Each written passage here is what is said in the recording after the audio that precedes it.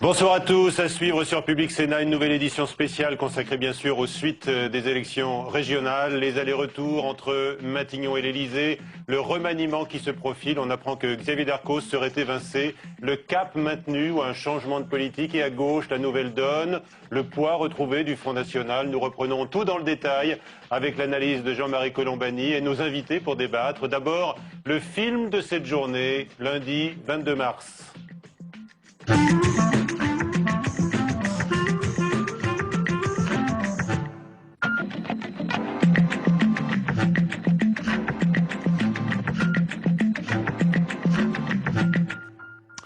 François Fillon n'aura même pas eu l'occasion de présenter sa démission au chef de l'État. La question n'a pas été évoquée, a-t-on appris, entre les deux hommes lors d'une entrevue d'1h30 ce matin à l'Élysée. François Fillon, après avoir quitté l'Élysée, a également multiplié les consultations politiques à Matignon, les présidents de l'Assemblée nationale, du Sénat et des groupes UMP dans ces deux assemblées. Première priorité pour le chef de l'État et son Premier ministre au lendemain du sévère échec de l'UMP au régional, préparer un remaniement présenté comme technique, quelques départs et arrivées au gouvernement qui ne saurait être la réponse au vote des Français, avertit le Parti socialiste qui demande lui un changement de politique. Fait notable donc, Xavier Darcos serait évincé et une ouverture aux Chiraciens est annoncée en la personne de François Baroin qui pourrait obtenir la charge du budget. À l'Élysée, où les visiteurs ont été nombreux aujourd'hui, nous retrouvons Caroline Delage. Caroline, avec peut-être des informations. Oui, bonsoir Michel. Vous savez, il est difficile d'avoir des informations sûres ce soir. Pour l'instant, sont réunis à l'Élysée autour de Nicolas Sarkozy les deux présidents de l'Assemblée nationale et du Sénat, Bernard Accoyer et Gérard Larcher, ainsi que les deux patrons des députés et des sénateurs UMP, Jean-François Copé et Gérard Longuet. Alors ce qui est sûr, en tout cas ce qui a été confirmé par l'entourage de Xavier Darcos, c'est que le ministre du Travail fait les frais de cette débâcle de la droite aux élections régionales. Xavier Darcos est évincé du gouvernement. Alors il serait remplacé par Éric Woerth, l'actuel ministre du Budget, et c'est au très chiracien François Baroin qu'on aurait proposé le poste de ministre du Budget. Le député maire de Troyes a été reçu pendant plus d'une heure ce matin à l'Élysée par Nicolas Sarkozy et par François Fillon. Et vous savez, il n'avait pas ménagé ses critiques à l'encontre de la majorité présidentielle, notamment pendant l'entre-deux tours. Et ce serait un moyen de faire taire un peu la grogne qui monte au sein de l'UMP. De la même façon, et pour couper l'herbe sous le pied de Dominique de Villepin, qui doit prochainement créer son propre mouvement, eh bien d'après nos informations, le très villepiniste Georges Tron aurait été approché. Alors il n'aurait pas été reçu directement par Nicolas Sarkozy ou par François Fillon, mais on lui aurait fait des propositions, notamment peut-être la fonction publique sous l'autorité d'Éric Woerth, qui prendrait donc en charge le travail et la fonction publique, et donc il serait au stade des tractations. Pour le reste, il ne s'agit que de rumeurs. Patrick Devedjian, le ministre de la Relance, qu'on a donné partant toute la journée, finalement resterait à son poste, tout comme la secrétaire d'État à la politique de la ville, Fadela Amara. Et puis le très décrié Éric Besson, ministre de l'Immigration et de l'Identité nationale, serait également confirmé à son poste. En tout cas, ce qui est sûr, c'est qu'on devrait connaître le nouveau gouvernement ce soir. Il est annoncé dans la soirée, peut-être juste pour les 20h. Merci Caroline. Vous posez la question, l'arrivée de François Baroin, député maire de Troyes, ou celle du villepiniste Georges Tron vont-elles calmer le courant le plus critique de la majorité? Dominique de Villepin doit donc annoncer jeudi la création d'un nouveau parti politique qui devrait être lancé au mois de juin. Objectif, incarner une alternative à Nicolas Sarkozy en 2012. Notons que Jean-Pierre Raffarin a lui demandé un vote de confiance au Parlement sur les réformes après un discours de politique générale du Premier ministre. Chez les vainqueurs, à gauche, Martine Aubry, sortie renforcée bien sûr du scrutin, réclame un changement de cap et elle demande également des mesures immédiates, ne pas augmenter le prix du gaz de 9% au 1er avril, ou encore ne pas faire peser la taxe carbone uniquement sur les ménages. Nous retrouvons au PS rue de Solferino à Paris, Hélène Risser. Hélène. Oui, alors ici, au PS rue de Solferino, on a eu le triomphe modeste toute la journée. Martine Aubry a déjeuné avec un de ses collaborateurs, François Lamy, puis elle a vu ses parents avant de revenir ici, rue de Solferino, où elle est toujours. Depuis ce matin, on explique que la suite, c'est rénover, préparer le projet et puis rassembler. Pas de commentaires en revanche sur l'appel du 22 mars de Daniel Cohn-Bendit. Au PS, on explique que cet appel concerne avant tout et seulement les écologistes. Alors les prochaines étapes, ce sera tout d'abord demain, demain, en fin d'après-midi, où Martine Aubry a convié tous les présidents de région socialistes au bureau national du PS qui se tiendra ici. Il y aura avant une photo de famille avec tous les présidents de région. Ségolène Royal ne sera pas là en revanche. Elle a annoncé qu'elle était retenue dans sa région, dans le Poitou-Charentes.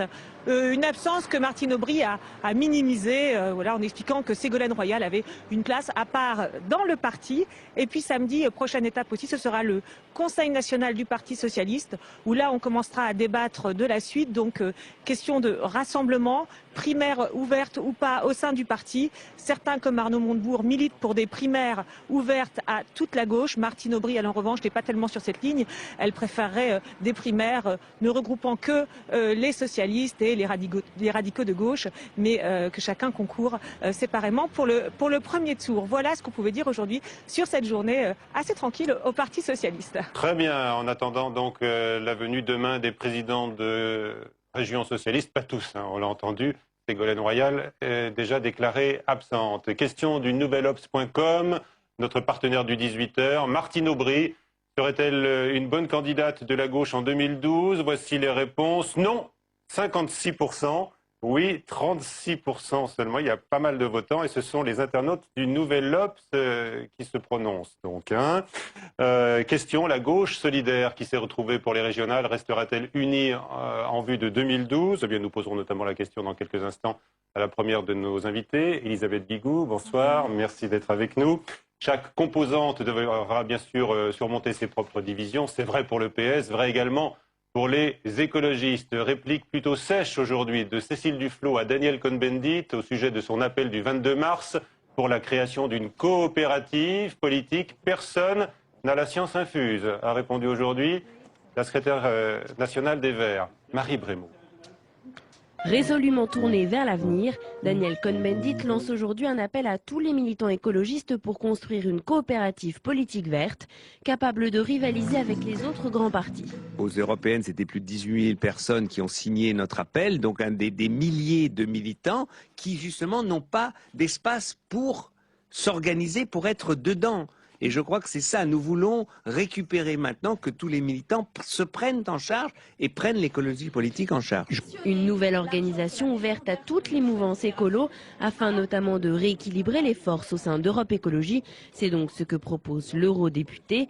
Il vise en première ligne les Verts, trop hégémoniques selon lui. Dès hier soir, Cécile Duflot, plus que sceptique à ce sujet, lui répondait un brin agacé. Personne n'a la science infuse sur ce qu'il faut faire pour 2012, en tout cas pas moi. Les Verts reprochent en fait à Daniel Cohn-Bendit de laver son linge sale en public.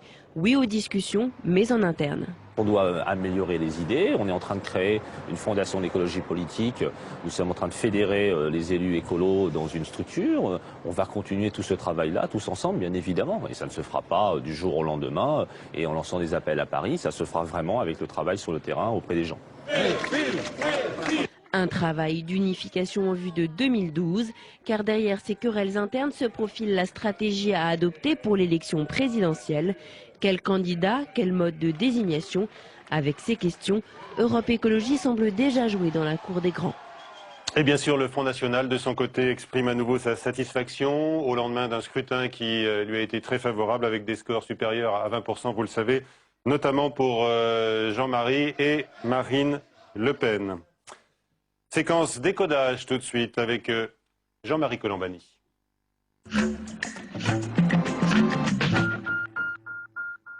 Bonsoir Jean-Marie Colombani. Bonsoir. Alors on attend votre analyse de ce scrutin. Le premier point, bien sûr, c'est l'échec incontesté et reconnu cette fois, bien sûr à droite, et la performance de la gauche dans sa configuration solidaire, comme on le disait il y a quelques instants, un tournant dans le quinquennat de Nicolas Sarkozy. En tout cas, c'est un sérieux accroc et donc il y a un avant et un après. Parce que c'est pour Nicolas Sarkozy l'élection qu'il ne pouvait pas perdre.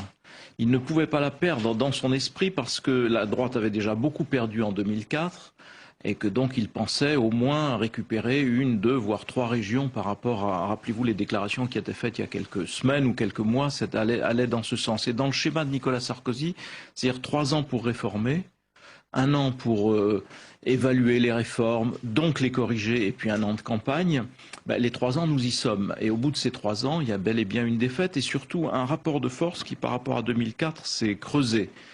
puisqu'il y avait 13 points d'écart entre la gauche et la droite en 2004, au bénéfice de la gauche. Il y a 18 points d'écart entre la gauche et la droite cette fois. Et c'est un écart inédit, en tout cas à des élections locales. C'est un écart tout à fait inédit et tout à fait considérable. Donc voilà, c'est un sérieux accroc qui l'oblige évidemment à bouger. Mais alors dans quel sens? Voilà. On ne comprend pas très bien, Jean-Marie Colombani. Officiellement, à l'Élysée, on nous répète qu'il n'est pas question de changement de cap. Parce que c'est très difficile de changer et de savoir dans quelle direction aller. Parce qu'il y a deux messages contradictoires, en fait, qu'il faut après concilier, ou en tout cas, il faut prendre une direction. Le premier message qui vient d'une majorité du pays est un message qui a trait au chômage, aux difficultés, à un besoin de protection, de lutter avant toute chose contre la crise et les effets de la crise, etc. Donc ça, c'est un message que vient d'exprimer une majorité du pays qui se traduit par l'expression d'un mécontentement. Là, c'est le message relayé par la gauche. C'est clair. Bon, donc le mécontentement est là. Le message de la droite est différent. Le message d'une partie de la droite, en tout cas, quand on écoute Jean-François Copé, c'est revenir aux fondamentaux. Mais les fondamentaux de la droite, c'est par exemple lutter ici et maintenant contre les déficits. Mais lutter contre les déficits, c'est aussi contredire une politique anti-crise, qui est une politique de gestion de la crise qui, elle, a créé du déficit. Donc comment faire? Or, nous ne sommes pas sortis de la crise, et c'est bien la difficulté. Donc si on veut prendre des mesures anti-crise, d'une part, et des mesures sociales pour faire face aux effets les plus durs et les plus immédiats de la crise, il faut mécontenter une part de l'électorat de Nicolas Sarkozy. Ça n'est qu'un exemple, mais la contradiction est là, tout à fait flagrante. La question n'est pas tranchée à ce jour, selon vous. Mais après, le problème, c'est de savoir comment trancher. Alors Fillon a énoncé hier, le Premier ministre a énoncé une sorte de programme hier en 3 points qui est très clair, puisqu'il s'agit de rétablir la compétitivité des entreprises, financer nos retraites et lutter contre les déficits. Mais ça définit une ligne qui, peu ou prou, nous rapproche de ce qu'il faudra bien appeler à un moment l'austérité. Et oui, mais l'austérité, Nicolas Sarkozy n'en veut pas. Et il ne veut même pas qu'on parle du mot rigueur. Donc on a là probablement la trace aussi d'un débat au sommet de l'État qui n'a pas encore été tranché et qui devra l'être, mais dans une difficulté, encore une fois, très très grande. Et ce débat va être... Oui.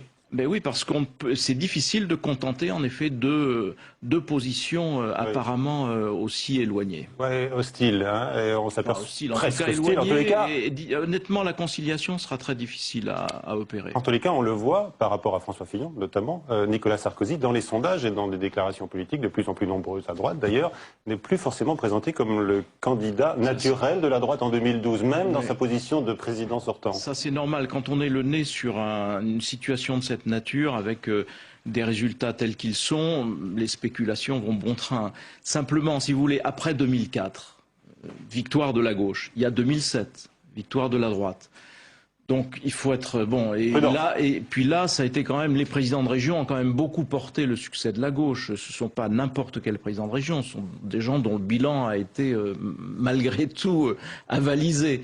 Donc, et pour la gauche, la grande question, c'est de savoir comment elle va pouvoir tenir cette coalition et lui donner un ciment qui soit programmatique, un programme. Alors, quel prix faudra-t-il payer? Quelles concessions faudra-t-il faire?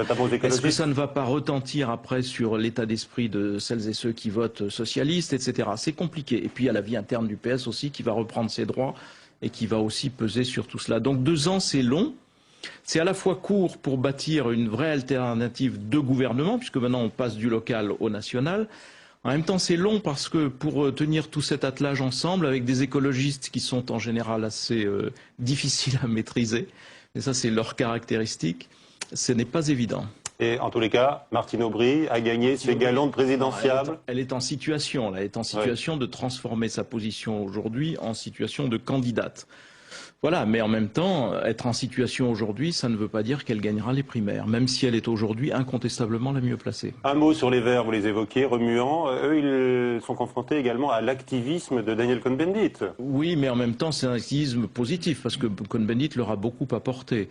Donc, ils se sont enracinés incontestablement, et la grande nouveauté au fond de ce scrutin, c'est qu'il redonne vie où il redonne crédit à l'idée d'une coalition à gauche, puisqu'il y avait l'union de la gauche, il y a eu la gauche plurielle, et puis il n'y avait plus rien autre que le Parti socialiste qui était un petit peu dans la situation de l'UMP aujourd'hui, c'est-à-dire se retournant et n'ayant personne autour de lui. Là, cette fois, il y a les écologistes, et puis il y a le Front de gauche. Donc ça dessine une coalition possible qui peut briguer l'alternance. Allez, encore un dernier mot, Jean-Marie, bien sûr, sur la poussée du Front National qui est réelle, notamment entre les deux tours. La poussée du Front National, elle est évidemment dommageable. Un des grands acquis de Nicolas Sarkozy, c'était d'avoir fait reculer durablement le Front National. Je pense que malgré tout, le Front National reste sur une pente déclinante, si on regarde les chiffres de 2004 et ceux de 2007. Ces voix pourraient être à nouveau siphonnées. Et je pense en tout cas qu'il est comme malgré tout sur une pente déclinante. Maintenant, il est évidemment très dommageable qu'il y ait eu ce sursaut du Front National, très largement aidé par le débat sur l'identité nationale, hélas. Très bien, et nous attendons peut-être dans la soirée l'annonce d'un déplacement ministériel d'Éric Besson, puisqu'il a été reçu aujourd'hui par le chef de l'État, mais nous n'avons pas d'informations plus précises à ce sujet. Merci Jean-Marie Colombani. À suivre donc la suite du 18h avec nos invités.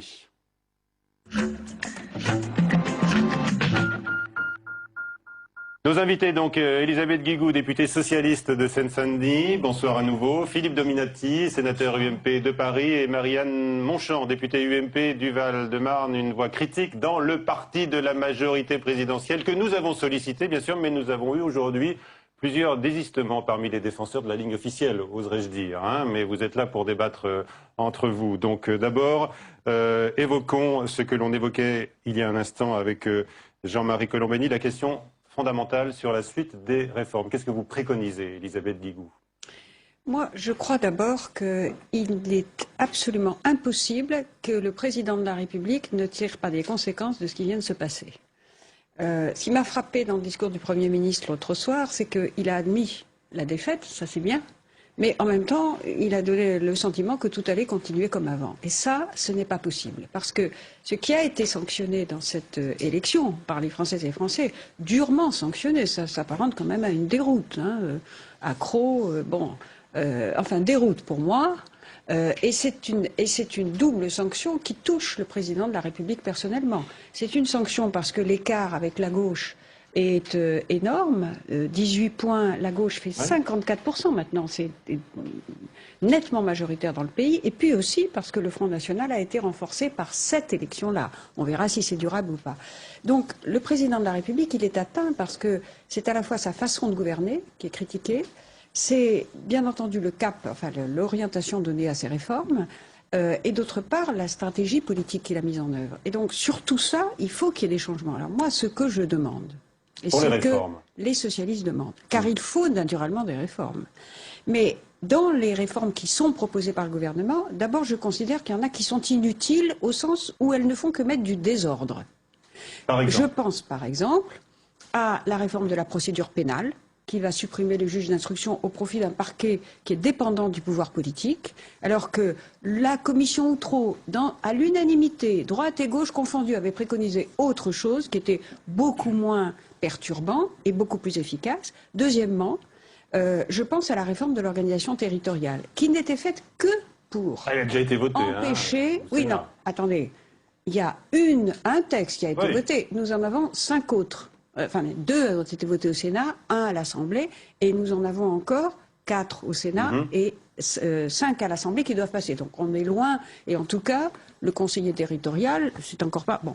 Donc si vous voulez, cette réforme, elle était faite, il y avait des choses à améliorer, mais vous avez là quelque chose qui était fait pour priver la gauche d'avoir la majorité dans ces élections locales. J'ajoute qu'il y a d'autres réformes qu'il faut faire, mais pas comme ça. La réforme des retraites, il faut s'y prendre autrement. Il faut commencer par élargir la base des cotisations sociales en luttant contre le chômage, et notamment le chômage des seniors. Hein. Et puis ensuite, on vient sur d'autres paramètres. Et la taxe carbone, qu'il faut aussi faire autrement. Donc vous voyez qu'il y a de quoi remettre à plat beaucoup de choses. Très bien. Alors j'aimerais savoir si Philippe Dominati ou Marianne Monchamp ont la même vision qu'Elisabeth Guigou de la situation aujourd'hui de Nicolas Sarkozy au lendemain de ce scrutin. M. Dominati, est-ce que vous le voyez aussi prisonnier finalement du résultat des régionales de ce revers? Non, je ne le vois pas prisonnier. Je pense que le président de la République sera à l'écoute après une période de réflexion. C'est tout à fait naturel, il l'avait annoncé. Deuxièmement, c'est lui qui est maître du calendrier. Il faut continuer les réformes. Vous pensez que le temps jouera pour lui? Je pense que M. Colombani nous a donné le calendrier qu'aurait dû être normalement le mandat présidentiel dans son déroulement idéal. La crise a perturbé et a ralenti le calendrier des réformes, a ralenti le résultat de ces réformes. Et donc, effectivement, il va falloir accentuer les réformes pour aller peut-être plus vite et accélérer. Vous ne préconisez pas un tri dans les réformes comme certaines voient à l'UMP, peut-être votre voisine. On peut faire un tri dans les réformes, on peut toujours faire un tri, mais c'est toujours facile de dire ce que doivent faire ceux qui sont en situation de faire. D'accord, mais après vous conseillez, vous, d'aller de l'avant. Marianne Monchamp, est-ce que vous rejoignez Elisabeth Guigou sur le thème, il y a des réformes prioritaires qu'il faut faire, bien sûr, celle des retraites, et d'autres qu'on peut laisser tomber, la réforme de la justice, voire de la réforme territoriale? Je ne dirais pas que je rejoins Elisabeth Guigou. Je dirais en revanche que, en effet, il y a véritablement matière à analyser les résultats d'hier soir. Et curieusement, à gauche comme à droite. Une gauche qui a gagné grâce à Europe Écologie.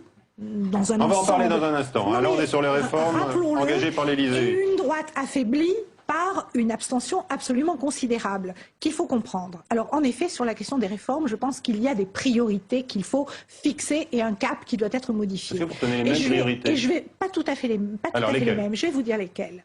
Nous devons gérer la sortie de crise. La sortie de crise, c'est un sujet en tant que tel. Il y a des arbitrages, déficit public ou déficits sociaux. Personnellement, je pense que la priorité est de travailler de manière consciencieuse et courageuse la situation de nos déficits sociaux. Pourquoi? Parce que nous aurons besoin des transferts sociaux pour continuer dans cette période atone, difficile, où la désindustrialisation, on le voit, n'a pas pu être jugulée, de maintenir pour les classes moyennes. Je traduis ce que vous dites. Vous réclamez des augmentations d'impôts pour financer la protection sociale. Pas. Je réclame une justice fiscale, en particulier avec la détotémisation, pardonnez-moi le barbarisme, du bouclier fiscal pour permettre de renflouer nos comptes sociaux. Ça fera rentrer de l'argent. Si nous ne faisons pas cela, nous maintiendrons nos compatriotes dans le sentiment qu'il y a une injustice fiscale considérable et surtout, nous ne serons pas au rendez-vous des transferts sociaux qui sont indispensables pour la question des retraites, mais bien au-delà, pour maintenir ce qui nous a sauvés dans la crise, cette capacité à tenir le choc de la consommation. Monsieur Dominati, qu'est-ce que vous pensez? Est-ce qu'on peut s'attaquer, selon vous, au totem du bouclier fiscal pour Nicolas Sarkozy? Jusqu'à présent, il n'était pas question d'y toucher, d'y penser même. Je pense que ça serait une erreur, malgré la portée symbolique qu'on essaye de faire porter à ce bouclier fiscal. Ce qu'il y a de certain, c'est qu'il y a une préoccupation et que la préoccupation est économique. Pour beaucoup de nos concitoyens, effectivement, la priorité, c'est l'économie. Les réformes qui ont été menées sont des réformes de structure. Il y a des réformes qui doivent aller plus rapidement à la préoccupation essentielle, qui est le cœur, c'est l'économie. L'économie, c'est le pouvoir d'achat et la compétitivité. Ok, il y a deux tendances là, on a l'impression, du côté de l'UMP, plutôt libéral, plutôt social. Elisabeth Guigou, on a noté hier que les responsables de l'UMP, contrairement au premier tour, n'étaient pas dans le déni de la défaite, mais on n'a pas entendu tellement les socialistes parler de la crise, parler des déficits abyssaux. Est-ce que le Parti socialiste de la gauche n'est pas dans un déni de la réalité là? Non, ça je ne crois pas du tout, parce que des marges de manœuvre, on peut en trouver si on veut. Par exemple, supprimer un fonctionnaire sur deux, qui est l'obsession du gouvernement, qui le fait dans la fonction publique d'État, qui veut le faire dans la fonction publique hospitalière et qui veut les contraindre, les régions et les collectivités, à le faire dans la fonction publique locale. Vous savez combien ça économise sur le budget de l'État par an? 500 millions d'euros, c'est pas rien. Sauf que, abaisser la TVA pour les restaurateurs, sans aucune contrepartie, ni sur les prix, ni sur les embauches, eh bien ça a coûté 1 milliard d'euros. C'est une politique de gribouille. Donc il faudrait remettre à plat complètement les niches fiscales, supprimer ce bouclier fiscal qui est un scandale, et utiliser ces ressources supplémentaires à la fois à lutter mieux contre le chômage, les chômeurs en fin de droit. Vous vous rendez compte, 1 million de personnes quand même, 1 million de retraités qui ont moins de 2 000 euros par mois pour vivre, et aussi réduire la dette et réduire les déficits. Mais on fait exactement l'inverse. Donc la gauche a d'autres propositions. Je ne dis pas que nous avons le remède miracle, cette crise est très dure. Mais nous avons d'autres propositions, en particulier de justice sociale. On ne fera admettre les réformes, car il en faut, que si on les fait dans la justice. Allez, la réponse à 2 voix de l'UMP, Monsieur Dominati. Alors, allez-y. Non, faites, je vous en prie. Je constate simplement que des 20 pays du G20, la France est le pays qui consacre le plus à sa fonction publique, qui a le secteur le public le plus important de la population active. C'est une réalité. Plusieurs rapports le démontrent. Et pour autant, vous voulez dire, on va lutter contre les déficits, on va réduire le budget de l'État, et pour autant, on va nier cette réalité que de toutes les économies développées, nous sommes cette exception. Ce qui est fait, ce n'est pas des suppressions d'emplois, c'est le non-remplacement d'un emploi sur deux. Donc il faut présenter les choses correctement. Et effectivement, toute une sphère réelle de l'économie... C'est ce que j'ai dit. Ah bon, je croyais qu'il y avait le mot suppression. Eh bien, le non-remplacement d'un emploi sur deux, c'est une nécessité pour faire en sorte que l'ensemble du pays aille mieux. Alors, effectivement, c'est mal compris, mais c'est quand même sur le registre nécessaire. de la deuxième voie, mon cher collègue, la question des retraites. Tout à l'heure, j'écoutais avec beaucoup d'intérêt Mme Guigou nous parler des curseurs, en disant qu'il fallait évidemment proposer un diagnostic et ensuite faire bouger les curseurs. Moi, j'ai été très intéressée par la manière dont le débat s'est passé déjà à l'occasion de la campagne régionale, où en fait on a bien vu très vite que les positions se crispaient quand il s'agissait de dire des choses claires. Et quand le Parti socialiste a été amené à évoquer la question de l'âge de départ à la retraite, on a bien vu que les questions idéologiques revenaient. Moi, ce que je propose, avec effectivement Dominique de Villepin, avec ceux qui travaillent à ces questions, c'est que nous regardions le sujet de la retraite un peu différemment. En quels termes ? Il faut que nous puissions expliquer à nos compatriotes que quand ils vont prendre leur retraite, pendant les 10 premières années de leur retraite, on va pouvoir leur assurer un revenu disponible qui leur permettra de satisfaire aux obligations de crédit qu'ils continueront d'avoir sur le dos, à l'éducation de leurs enfants, à certainement leurs parents âgés à charge. Et après, qu'est-ce qui se passe? On coupe les pensions en deux? Certainement pas. On recherche d'autres flux, d'autres types de financement. Regardons l'échelle du FRR. Elle est minuscule. Un jour, on aura une tentation à Bercy de siphonner le fonds de réserve des retraites. Parce que déjà fait, malheureusement, il n'est plus doté depuis 2002. Madame Guigou, à 34 milliards d'euros, on n'est plus tout à fait à l'échelle. Il y a là des mécanismes extrêmement intéressants pour pérenniser ce type de dispositif et permettre effectivement de solvabiliser une demande sur d'autres terrains que le simple transfert des revenus. On verra la suite des réformes. La première réponse en tous les cas de l'exécutif, c'est ce remaniement. Qu'en dites-vous les uns et les autres? Et que pensez-vous par exemple de l'éviction de Xavier Darcos, qui a obtenu un très mauvais score, c'est vrai, en Aquitaine, face à Alain Rousset? Est-ce que c'est une option que vous soutenez? C'est très dur. C'est un ministre qui a été très courageux, qui a pris énormément de risques. Je n'ose l'imaginer, mais il a pris beaucoup de risques. Et donc je trouve cela très sévère et très injuste. Pour autant, les remaniements n'ont de sens que si la politique bouge et si les objectifs évoluent. Si ce n'est qu'un changement de casting, évidemment, on ne changera pas le scénario et cela risque fort de ne pas satisfaire nos compatriotes qui attendent autre chose. Guigou sur le remaniement et le sort de Xavier Darcos, hein, vous connaissez la fonction qu'il occupait, qu'il va sans doute quitter. Oui, écoutez, on peut avoir de la compassion pour les personnes, c'est pas drôle. Mais ceci dit, c'est pas le problème. Le problème, c'est pas un changement de telle ou telle personne. Le problème, c'est un changement de politique. Est-ce qu'il n'y a pas une question de personne? Parce que j'aimerais vous poser une question. On parle beaucoup des réformes, mais comment est-ce que vous expliquez alors le bon maintien de François Fillon dans les sondages, le fait que personne ne lui impute cette défaite, alors que tout le monde tombe un peu à bras raccourcis sur le chef de l'État? Je pense que je pense qu'on aurait bien tort de dissocier. Je pense que François Fillon, qui a beaucoup de qualités personnelles, je m'empresse de le dire, mais il mène la politique que veut le chef de l'État. Donc c'est pour ça que nous ne sommes pas sur des raisonnements sur les personnes. On a entendu avec Jean-Marie qui nous a rappelé qu'il y avait peut-être deux approches quand même, différentes. Ça reste à voir. Il y a plus que des nuances. Ça reste à voir.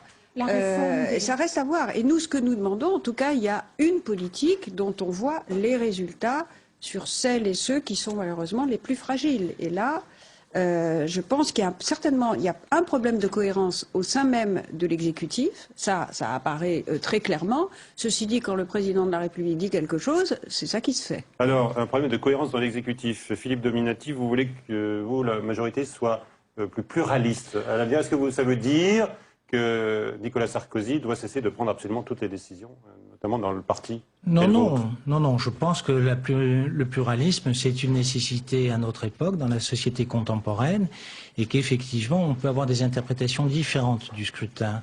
Je pense, moi, répondre en cela aux nombreux abstentionnistes parce qu'il y a eu 15% quand même de différentiel de participation par rapport à l'élection précédente. Je pense que nous avons besoin de diversité dans la majorité. Deuxièmement, je ferai un commentaire. Pour ma part, j'ai le sentiment que dans l'équilibre, le gouvernement ne joue pas suffisamment son rôle et ne protège pas assez le chef de l'exécutif. De direction, il n'y en a qu'une, à ma connaissance, c'est celle du président de la République. Et je ne comprends pas ces dissonances que souvent on essaye d'établir entre un Premier ministre et le président de la République. Le cap est fixé par le président de la République. Peut-être faudrait-il un gouvernement plus dense pour expliquer... On n'a peut-être plus beaucoup à attendre, puisque Caroline Delage me signale que le Premier ministre serait actuellement à l'Élysée. Donc on peaufine ce remaniement ou ce réajustement ministériel. On aura la réponse, je pense, dans la soirée. Pour autant, le sens de la réforme des institutions, la volonté du président de la République a conduit à la situation que nous constatons. Et il est vrai que l'UMP est un parti qui s'est resserré tout autour de l'exécutif, ce qui peut expliquer effectivement sa difficulté à rassembler aujourd'hui. Comment s'appellera le parti de M. de Villepin, Mme Monchamp? Le nom n'est pas encore tout à fait trouvé, mais sur le principe, il s'agit vraiment de se mettre au service des Français et d'éviter de s'embarquer dans des logiques politiciennes. Il s'agit d'un mouvement plus que d'un parti. Et encore une fois, l'intérêt général et le service des Français. Un mouvement qui aura vocation de présenter un candidat en 2012. Tout est ouvert. Comme disait quelqu'un, tout est possible. Est-ce que vous me permettez de poser une question? Oui, je vous en prie. Est-ce que vous avez l'intention de créer un groupe parlementaire? Certainement pas, ça n'est pas d'actualité. Nous sommes là avec nos familles d'origine. L'idée est de nous rassembler, de définir des lignes politiques nouvelles et non pas de créer des fractures à l'intérieur de notre groupe politique qui a bien besoin. Elles sont là les fractures. Monsieur Dominati, elle vous fait peur, votre voisine ou pas? Et surtout Dominique de Villepin? Non, rien ne me fait peur. Moi, je suis pour le dialogue et je pense que toutes les voix sont utiles. Le principal, c'est que sur le programme essentiel qui a été défini par le président de la République lors de l'élection présidentielle, on soit d'accord et qu'on accomplisse ce programme. Merci à tous. Nous allons recevoir de nouveaux invités dans quelques instants. Catherine Tasca, Jean Desessarts. Nous parlerons donc de l'attelage rose-vert et également de l'ambition de la gauche qui attend donc maintenant une alternance au Sénat en 2011. Vous pourrez répondre, Monsieur Dominati. Tiens, vous restez avec nous. D'abord avec Flora Sauvage, le point sur les grandes réformes à venir, notamment celle des retraites, on vient d'en parler. Malgré la défaite électorale, les réformes doivent se poursuivre et l'année s'annonce chargée. En première ligne, le chantier des retraites dont l'examen devrait se faire à l'automne. Les syndicats appellent les salariés à se mobiliser demain et ils rêvent d'un troisième tour social. C'est un peu la mère des revendications, si vous voulez, aujourd'hui. À travers le dossier retraite, ça pose la question des salaires, ça pose la question de l'emploi, ça pose la question de l'avenir des régimes sociaux, de la République sociale, d'une certaine manière. Donc demain, nous mettons l'accent sur le dossier des retraites en disant ce que nous ne voulons pas. Et en particulier un allongement de la durée de cotisation ou un report de l'âge à 60 ans. Et ce que nous voulons, c'est qu'il y ait un vrai travail sérieux fait sur le financement du système de retraite. Autre réforme en cours, la taxe carbone. Votée à l'automne dernier, puis censurée par le Conseil constitutionnel, elle devait être mise en œuvre au 1er juillet, selon les vœux du chef de l'État.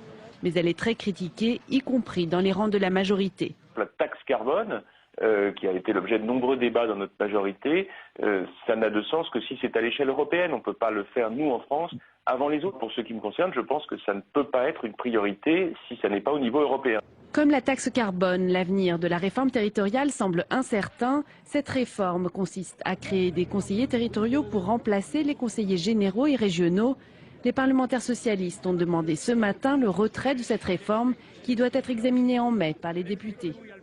Avec nous donc Catherine Tasca, bonsoir, vice-présidente socialiste du Sénat. À vos côtés Jean Desessarts, sénateur vert de Paris. Et puis toujours donc Philippe Dominati, sénateur UMP de Paris. Dernière information concernant le remaniement, on le découvre ensemble. Le député UMP Georges Tron, qui est proche de Dominique de Villepin, a fait savoir aujourd'hui qu'il était prêt à accepter le secrétariat d'État à la fonction publique. Cette manière d'ouvrir le gouvernement à des vilpinistes ou également à François Baroin, qui a été très remuant entre les deux tours. Monsieur Dominati, c'est une façon de rassembler la droite? C'est une solution bienvenue pour vous? Écoutez, tout ce qui consolide le gouvernement est une bonne chose.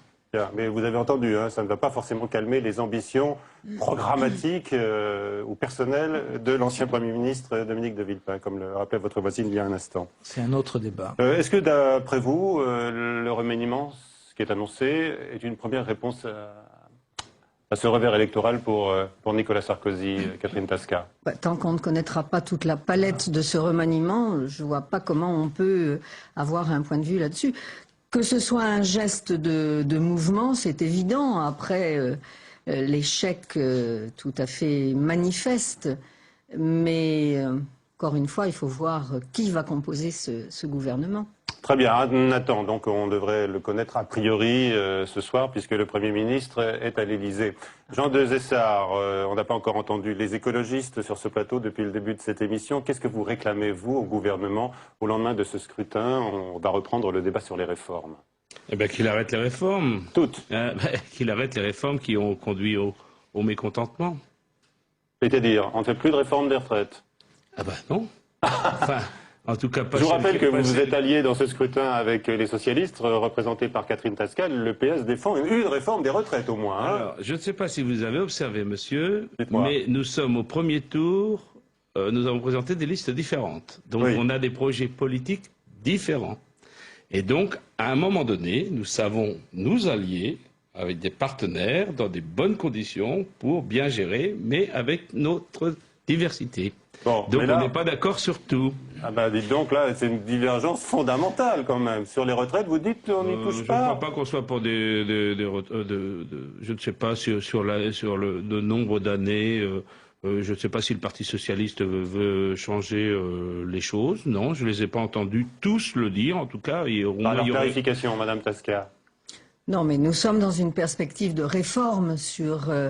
pas mal de problèmes puisque la France va vraiment mal et qu'il est clair que, en tout cas, nous ne défendons pas le statu quo.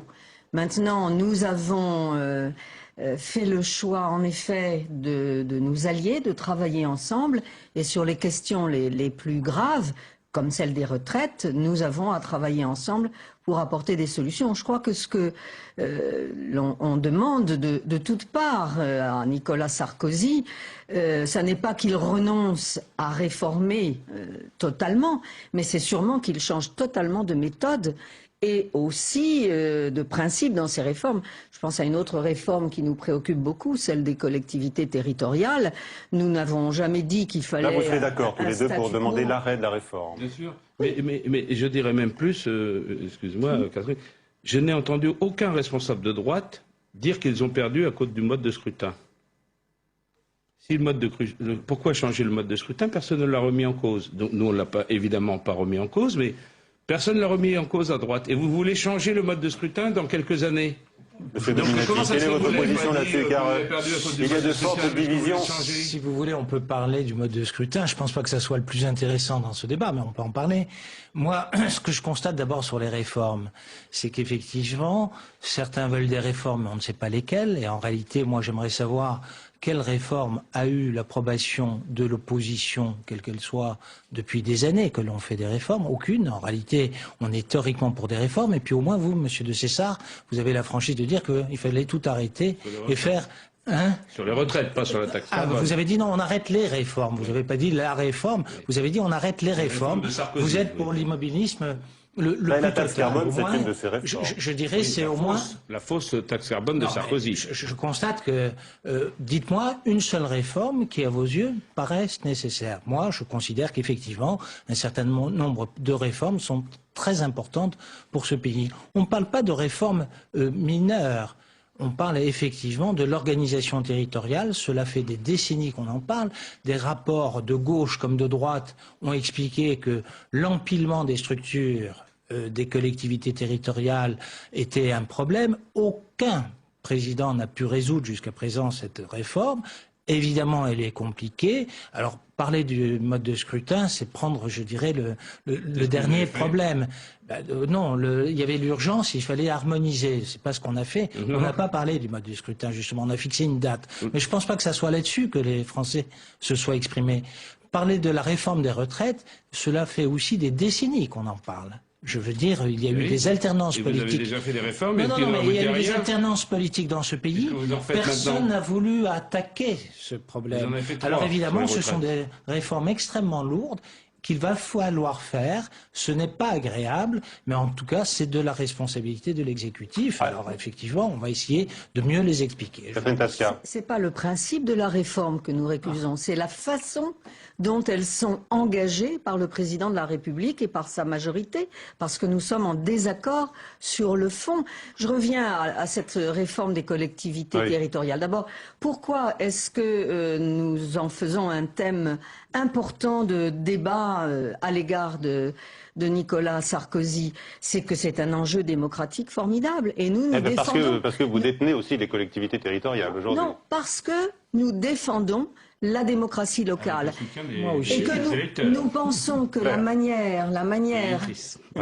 manière dont la droite a engagé cette réforme se fait en plus sur des points de départ qui sont erronés. Vous évoquez l'empilement, mais l'empilement, il existe dans toutes les démocraties européennes avancées comme la nôtre. Vous avez peut-être dans certains pays, entre les communes, les collectivités de communes, le département, la région. Ils ont créé encore une couche supplémentaire. Les trois grands niveaux, on les retrouve sous des dénominations diverses dans toutes les grandes démocraties. De même, on a beaucoup entendu la droite mettre en cause le coût de ces collectivités. Or, il est quand même facile de démontrer que pour l'essentiel, les élus locaux représentent vraiment une toute petite fraction de la rémunération des élus locaux représente une toute petite fraction de la dépense publique. L'évolution de la fiscalité locale, là aussi, on a diffusé beaucoup de fausses idées et nous avons tout fait pendant la campagne des régionales pour rectifier ça, au moins en ce qui concerne les finances des régions. Donc, réformer quand ça va mieux dans le sens de la justice, dans le sens de la démocratie. C'est pas possible avec ce gouvernement-là, madame, ma chère collègue. Ah bon, on est d'accord. On est tout à fait d'accord là-dessus. Ce n'est pas sa ligne politique à ce gouvernement. Ce à quoi je réponds, nous ne sommes pas pour un statu quo. Nous demandons à ce gouvernement, et d'abord au président de la République, de changer. Notre foi dans sa capacité de changer est mince, je le reconnais. Très bien. Alors, après avoir évoqué le scrutin des régionales, j'aimerais qu'on parle ensemble de deux autres élections qui se profilent. En 2011, les élections cantonales et sénatoriales, et puis bien sûr 2012, l'élection présidentielle, avec l'enjeu pour chaque camp, bien sûr, de ne pas sombrer dans les divisions et les querelles d'ego propres à bien des partis. D'abord, les cantonales et les sénatoriales de 2011, Catherine Tasca, dès aujourd'hui, Jean-Pierre Bel, le président de votre groupe au Sénat, estime que l'heure de l'alternance a sonné au Sénat. Pour vous, l'alternance est immuable dans un an? Elle n'est pas acquise automatiquement. Mais ça n'est pas une simple affaire de mathématiques électorales à ce jour. C'est vrai que l'on s'en rapproche à très grands pas. En réalité, le scrutin qui a été déterminant pour les futures sénatoriales, c'est celui de 2008. Ce sont les élections municipales, puisque c'est là que réside le plus grand nombre ce que nous appelons les grands électeurs, ceux qui désignent les sénateurs. S'ajoutera à ce collège quelques gains électoraux qui sont importants aussi, qui ne contribuent pas de la même manière à la constitution du corps électoral du Sénat. Notamment les cantonales. Hein. Les cantonales, les futures cantonales. Et pourquoi aujourd'hui la nécessité de rappeler cet objectif de l'alternance? Vous avez des craintes? C'est un principe démocratique, Michel Grossior. Bien sûr. L'idée tout de même d'une assemblée qui, de toute éternité, devrait rester à droite, est une idée qui, pour des démocrates du XXIe siècle, est insupportable. La démocratie, la République se porterait quand même mieux et le Parlement vivrait mieux aussi et assumerait mieux son rôle dans le débat public, dans l'élaboration de la loi, si nous avions un Sénat qui puisse bouger. Jusqu'à présent, ce fut impossible. Le président Bel a raison de dire que l'horizon 2011 se présente autrement. Est-ce ainsi que vous voyez les choses, Philippe Dominati? Est-ce que ça vous fait peur, 2011? Non, 2011 ne me fait pas peur. Effectivement, l'élection sénatoriale est bien souvent le reflet... logique qu'il y ait une alternance au Sénat, après tout ce que vient de démontrer Catherine Tasca? Dans n'importe quelle assemblée, je pense que l'alternance, c'est effectivement un geste démocratique. Ça aurait pu être le cas à la région Île-de-France, par exemple, où c'est le 3e mandat, et au régional, il n'y a pas eu l'alternance qu'on aurait peut-être pu souhaiter. Donc, dans n'importe quelle assemblée... Vous imaginez, le retentissement ne serait pas le même. Mais je dis, dans n'importe quelle assemblée, une alternance, c'est quelque chose effectivement de souhaitable. Je pense que nous avons des projets au Sénat pour démontrer que la majorité peut rester la majorité. L'élection sénatoriale, c'est le reflet des élections municipales en partie, et avec beaucoup de petites communes et de maires et d'élus locaux indépendants qui sont ni à gauche ni à droite et qui souvent, dans un certain nombre de cas, vont faire la différence entre les grandes formations politiques. Et en cela, on va voir si les réformes proposées sont sévèrement jugées ou au contraire acceptées parce que nécessaires. C'est quand même un mode de scrutin qui n'est pas juste, puisque il favorise les deux grands partis en place. Alors, je peux me réjouir quand c'est plus un parti que l'autre. On a montré où était notre préférence. Mais malgré tout, il faudrait quand même qu'on change du mode de scrutin pour les sénatoriales. Je rappelle, Jean-Pierre Bel, Madame Tasca, est-ce que ça risque de tendre les relations entre majorité et opposition au Sénat au cours de l'année qui vient? Parce qu'il y a des rapports assez consensuels entre les groupes de la majorité de l'opposition ici. Je rappelle que vous êtes vice-présidente du Sénat. Oui, mais moi je pense que on a tout intérêt à parler franc et clair. C'est un objectif politique. Il n'a pas à être passé sous la table ou masqué. Et il faut quand même reconnaître. C'est vrai qu'il y a beaucoup d'élus de petites communes qui ne se disent ni de droite ni de gauche, mais le résultat, c'est que la majorité au Sénat, elle vote à droite. Donc même si les petits élus ne se classent pas, au bout du chemin, et ça... Ce sont des grands élus qui votent bien à droite, c'est ça. Alors en tous les cas, on m'informe que... Si on veut avoir une représentation du territoire dans sa constitution politique, il est clair quand même qu'il faudrait que cette donnée-là bouge. Confirmation du retour à l'Élysée de François Fillon. Nous avons des images pour nous montrer le Premier ministre, donc, qui a fait tout à l'heure son retour à l'Élysée avec ses deux principaux collaborateurs, donc au terme d'une journée de consultation et d'entretien destinée manifestement à préparer ce remaniement dont on a déjà, semble-t-il, quelques clés. Je vous les ai rappelées tout à l'heure, notamment l'éviction de Xavier Darcos, l'arrivée du villepiniste sans doute Georges Tron ou encore du Chiracien François. Faire la réforme des retraites, M. Darcos, non? C'était pas lui? Oui, c'est ça, mais il a subi un dur échec en Aquitaine. Donc, en fin de compte, on va arrêter la réforme des retraites puisque M. Darcos s'est retiré. Non, a priori, je ne pense pas que ce soit l'option privilégiée. M. Dominati vous le confirmera. Écoutez, je crois que c'est quelque chose de plus important qu'une question d'homme. Et c'est un peu facile de dire c'est quoi le remaniement qui est fait là? Ça veut dire qu'effectivement, compte tenu de l'importance de cette réforme, il y a une attention particulière, probablement, qui sera... apporté par le président de la République. Au dossier des retraites, peut-être un ministère dédié à la retraite. Je ne sais pas. Vous ne voulez pas qu'il y ait un sénateur de l'Aquitaine qui dise à M. Darcos, vous n'êtes pas représentatif pour nous présenter un projet de réforme de retraite? C'est ça que vous ne voulez pas dans l'hémicycle? Je ne connais pas de sénateur de l'Aquitaine. Pourquoi on retire M. Darcos alors que normalement c'était la personne qui était prévue? Je pense qu'il y a un remaniement. Ce remaniement... Est-ce qu'il fait figure de bouc émissaire pour vous? Attendons, il y en aura peut-être d'autres. Non, mais s'il est évincé. Il y en a peut-être d'autres. À chaque remaniement, les sortants font... Mais celui-ci, Xavier Darcos. Non, il n'a peut-être pas eu le temps d'expliquer véritablement son programme. Bien. Alors, je vous parlais... Oui. Le seul intérêt d'un changement de ministre sur le dossier des retraites, on peut toujours rêver, c'est que ce soit un ministre qui accepte de véritablement dialoguer avec l'ensemble des représentants des organisations syndicales. On parle de M. Wörth qui jusqu'à présent... On verra. Attendons. Allez, on parlait, je vous le disais, de 2012. Si c'est pour ne rien changer, en effet, pourquoi changer un ministre? Jean de Zessar, l'appel du 22 mars de Daniel Cohn-Bendit publié par Libération ce matin, vous l'avez lu? Oui. Alors, vous avez trouvé des choses intéressantes dans ce texte? Est-ce que c'est une bonne idée, selon vous, pour empêcher les Verts de se replier sur eux-mêmes? Empêcher tout parti de se replier sur lui-même, c'est une bonne chose. Moi, je crois que Cohn-Bendit, il a dit dans notre siècle, aujourd'hui, compte tenu de l'abstention, le fait qu'on ne réponde pas toujours aux demandes des citoyens et des citoyennes, veut dire que il faut proposer un autre modèle de construction d'un parti politique. Donc ça, c'est quelque chose qui se met en place. Vous êtes partant, vous, hein?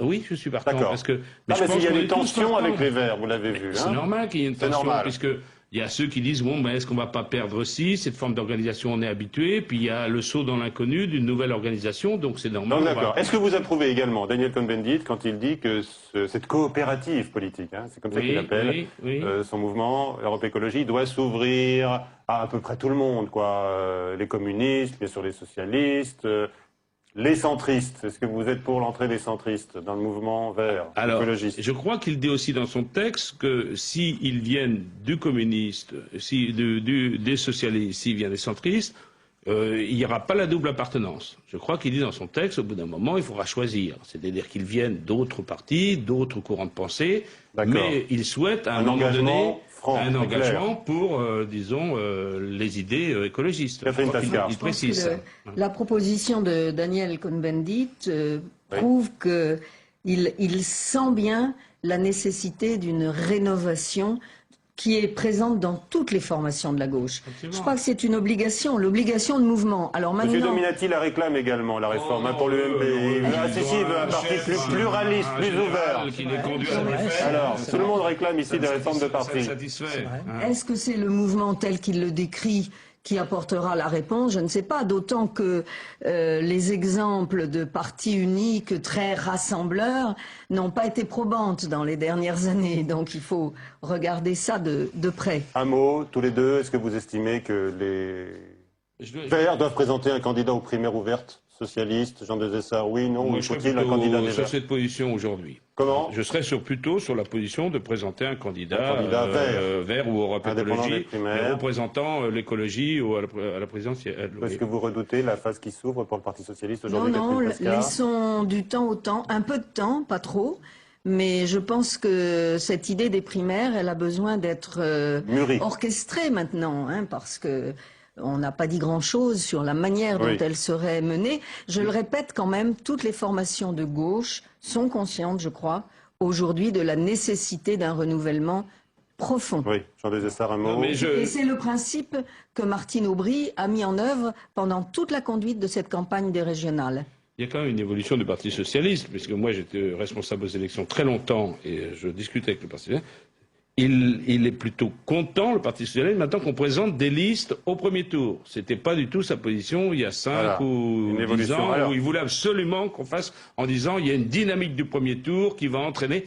Et je me retourne vers effectivement M. Dominati en parlant de la dynamique du premier tour, quand même, elle n'a pas franchi le deuxième tour. Dominati, un commentaire sur l'appel du 22 mars et ce qui est né de l'histoire. Enfin, c'est hasard du calendrier, puisqu'il y a 42 ans, Daniel Cohn-Bendit en lançait un autre. Avec les étudiants de Nanterre. Oui, l'autre c'était sur les libertés. Celui-là, c'est le lendemain d'un combat électoral qui a été mené en commun. Sur les libertés, mais toujours aussi libertaire, hein, quand même. Hein. Ça dépend avec l'histoire, comment on voit et l'évolution de la société. En tout cas, chacun y trouve un peu son compte. Sur celui du 22 mars, je reconnais que pour ma part, il ne fait marquer qu'aussi la problématique d'une alliance, comme dans toutes les alliances, et il appartiendra à ceux que ça intéresse d'en débattre. Eh bien, on a commencé ce soir. Merci à tous les trois. La suite du journal avec Jérôme Sainte-Marie qui va nous rejoindre, le président de l'Institut de sondage ISAMA, et Axel Cros, secrétaire général de l'Association de la presse anglo-américaine de Paris. Ils vont nous donner à leur tour leur point de vue sur ce scrutin. Mais d'abord, retour avec Tam Tranui sur une soirée électorale qui a montré une grande fidélité dans l'emploi des mots, pour le dire, et dans les deux camps. Le refrain est bien rodé, de plateau en duplex, de chaîne en chaîne, les politiques de tous bords s'empressent de répondre à la bonne parole. À l'UMP tout d'abord, le mot d'ordre, c'est mea culpa et profil bas. Nous n'avons pas su convaincre. Une réelle défaite. On a perdu, la majorité présidentielle a été battue. Mais point trop d'infos non plus, très vite on rejette tout sur une élection de mi-mandat. On est à mi-mandat. Et surtout sur cet ennemi qui colle au basque de la France. La crise mondiale. La crise mondiale ne nous a pas facilité la tâche. On a un vote de crise. Résultat, la stratégie, c'est le retour aux fondamentaux. Il faut revenir à nos fondamentaux. Dans la majorité, le capitaine est resté dans son vaisseau, on garde le cap fixé par les réformes. Ce pays a besoin de quoi? Il a besoin d'un cap avec des réformes. Bref, et pour résumer, le message des Français a été bien entendu, mais le scrutin est local et pas national. Pas sûr donc qu'il soit écouté. À gauche, la leçon a été aussi bien apprise et répétée, le sourire en plus. On se félicite de la confiance des Français dans leur président de région, tous les présidents de région. Et l'heure est au vocabulaire matrimonial. Socialiste, front de gauche, écolo, on se congratule, on s'embrasse, bref, on est unis. Gauche unie, unis. Il faut dire que c'est plus facile quand on a le même ennemi, et hier soir, il était tout désigné. Président de la République, du chef de l'État, président de la République, Nicolas Sarkozy. Résultat, on s'est couché des projets plein la tête, et surtout, au PS, on a rêvé à une seule échéance. 2012. En 2012. Gagné en 2012. Allez, 2012, on en parle beaucoup. Donc avec nous, je vous le disais, Jérôme Sainte-Marie, bonsoir. Et Axel Croz, bonsoir, chers confrères. Un mot, quelle est la perception globale que vous avez, vous, qu'ont les journaux américains de ce scrutin? Certainement pas tous les détails que vous venez sur Nicolas Sarkozy, sur sa posture aujourd'hui. Surtout le fait qu'il arrive aux États-Unis la semaine prochaine pour une visite avec Obama, ça intéresse beaucoup les Américains, mais surtout 2010, ça veut dire 2010 et 2012. Et les candidats possibles, le tabou qui était cassé en France pour les successions éventuelles, pour les candidatures de l'UMP. On parle beaucoup de M. Fillon, on parle aussi de Dominique de Villepin, qui est connu aux États-Unis. Il a été en poste, hein, il a été Premier ministre, on le connaît. On parle pas mal de la gauche. Martine Aubry, Dominique Strauss-Kahn, qui est hyper connu à Washington, parce qu'il dirige l'FMI, et Martine Aubry, parce qu'elle est quand même la fille de Jacques Delors. D'accord, ils nous connaissent bien. Mais alors dites-moi quand même, est-ce que cette élection remet en cause l'image ou détériore peut-être plus l'image de Nicolas Sarkozy dans certains médias? Oui, et certains médias ont complètement soit ignoré l'élection en passant, mais pour les milieux politiques, on est silencieux sur cet échec. Mais quand même, on trouve en face un président français affaibli, avec des challenges devant lui, comme Obama, en 2012. Et lui a réussi, oui. Lui a réussi. Il va avoir l'élection présidentielle aux États-Unis aussi. Et Barack Obama, lui, vient de réussir sa réforme de la santé. Nicolas Sarkozy a devant lui, on l'a rappelé maintenant au cours de cette émission, la réforme des retraites. Mais tous les deux déterminés de continuer, de poursuivre leur réforme et leur programme. Jérôme Sainte-Marie, il y a des sondages qui sortent sur l'élection présidentielle de 2012 notamment, qui comparent les vertus de Nicolas Sarkozy avec d'autres. Et là, par exemple, selon Ipsos pour Le Point, 58% des Français ne souhaitent pas la candidature du président sortant. Quelle est la valeur de ces sondages aujourd'hui pour vous? Ces sondages registrent effectivement actuellement un état d'opinion qui est détestable. C'est-à-dire qu'il y a effectivement une crise d'autorité de Nicolas Sarkozy actuellement, puisqu'il apparaissait comme étant le chef de guerre qui faisait gagner. Et là, c'est une nouvelle défaite après les municipales. Le pire peut-être pour lui, c'est que ce n'est sans doute pas la dernière, parce qu'il y a un effet important, c'est qu'avant 2012, il y a 2011, il y a les élections cantonales.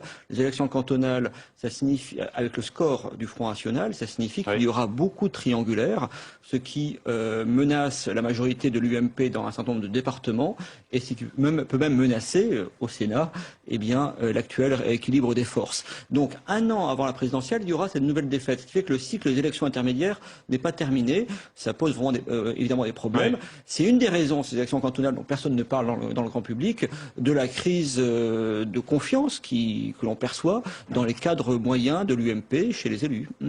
Alors vous n'êtes pas là pour faire votre mea culpa au nom de tous les sondeurs, Jérôme Sainte-Marie, mais quand même un mot sur les difficultés des instituts. Ils se sont trompés en Alsace, ils se sont trompés également sur le score du Front National.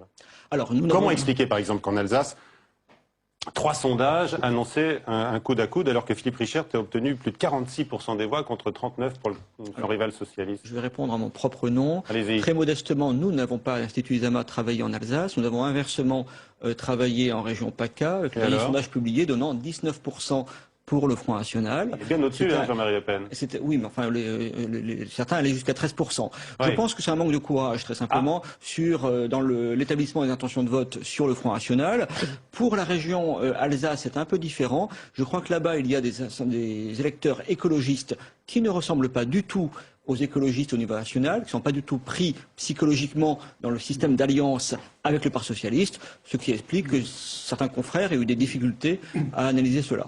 Globalement, sur l'ensemble des régions, je crois que le bilan pour les sondeurs est quand même plutôt est même globalement positif. Globalement positif. Axel Cross. Sur un papier que je suis en train de terminer sur 2012 en France, oui. J'ai trouvé un sondage à long terme, parce que les sondages quand même inspirent des gens à penser.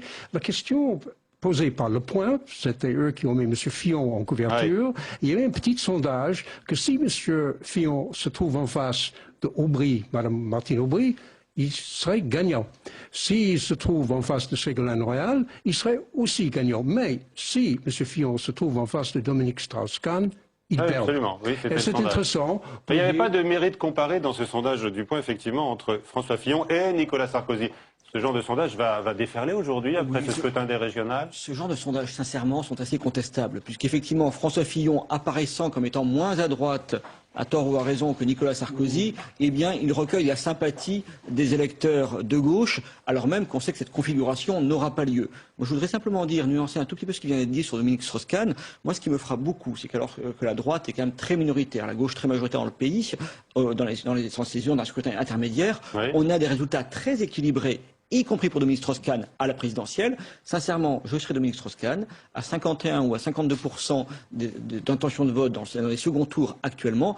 Je ne tenterai pas l'aventure. Il est actuellement totalement protégé. Nicolas Sarkozy et François Fillon sont totalement exposés. Or, l'écart demeure extrêmement réduit. Très bien. Donc voilà, il restera sans doute quelques temps encore. Comme on dit en anglais, wait and see. Wait and see. Merci à tous les deux d'avoir participé à cette édition spéciale du 18h. Merci de l'avoir suivi. Nouveau rendez-vous spécial sur les élections régionales et sur les suites, bien sûr, du remaniement qui devrait être annoncé tout à l'heure à 22h avec Sonia Mabrouk. Bonsoir à tous.